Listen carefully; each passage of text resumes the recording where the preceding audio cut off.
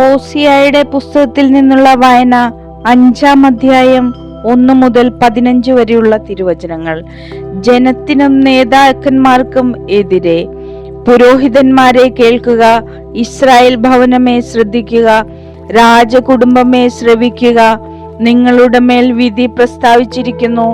നിങ്ങൾ മിസ്പായിൽ ഒരു കെണിയും താബോറിൽ വിരിച്ച വലയുമായിരിക്കുന്നു. ഷിത്തിമിൽ അവർ ആഴമേറിയ കുഴി കുഴിച്ചു. അവരെ എല്ലാവരെയും ഞാൻ ശിക്ഷിക്കും. എഫ്രൈമിനെ എനിക്കറിയാം, ഇസ്രായേൽ എന്നിൽ നിന്ന് മറിഞ്ഞല്ല ഇരിക്കുന്നത്. എഫ്രൈം, നീ പരസംഗം ചെയ്ത് ഇസ്രായേൽ മലിനമാണ്.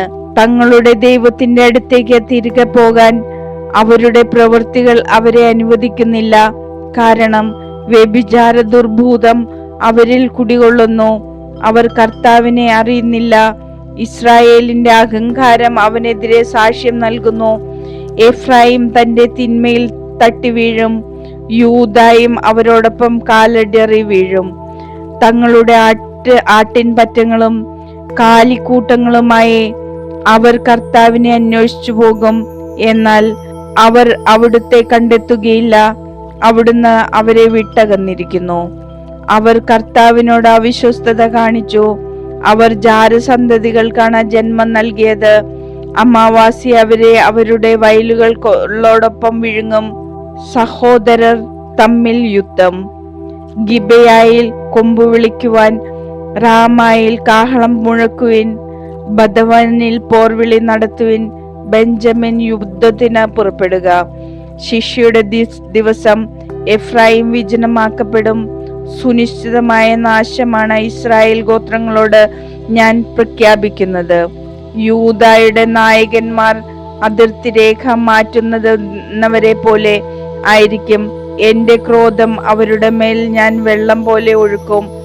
എഫ്രൈം മർദ്ദകനാണ്, അവൻ നീതിയെ ചവിട്ടിമെതിക്കുന്നു. മിഥ്യയെ പിന്തുടരാൻ അവൻ ഉറച്ചിരിക്കുന്നു.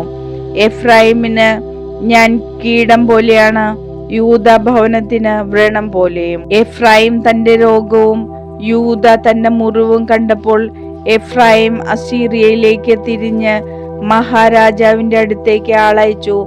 എന്നാൽ നിങ്ങളെ സുഖപ്പെടുത്താനോ നിങ്ങളുടെ മുറിവ് ഉണക്കാനോ അവന് സാധിക്കുകയില്ല.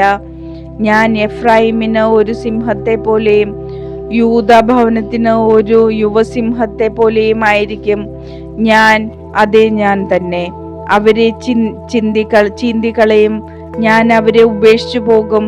ഞാൻ അവരെ വലിച്ചിഴച്ചു കൊണ്ടുപോകും. ആർക്കും അവരെ രക്ഷിക്കാൻ കഴിയുകയില്ല. അവർ തങ്ങളുടെ തെറ്റുകൾ ഏറ്റുപറഞ്ഞ് എന്റെ സാന്നിധ്യം തേടുകയും തങ്ങളുടെ വ്യതയിൽ എന്നെ അന്വേഷിക്കുകയും ചെയ്യുന്നവരെ ഞാൻ എന്റെ വാസസ്ഥലത്തേക്ക് മടങ്ങും.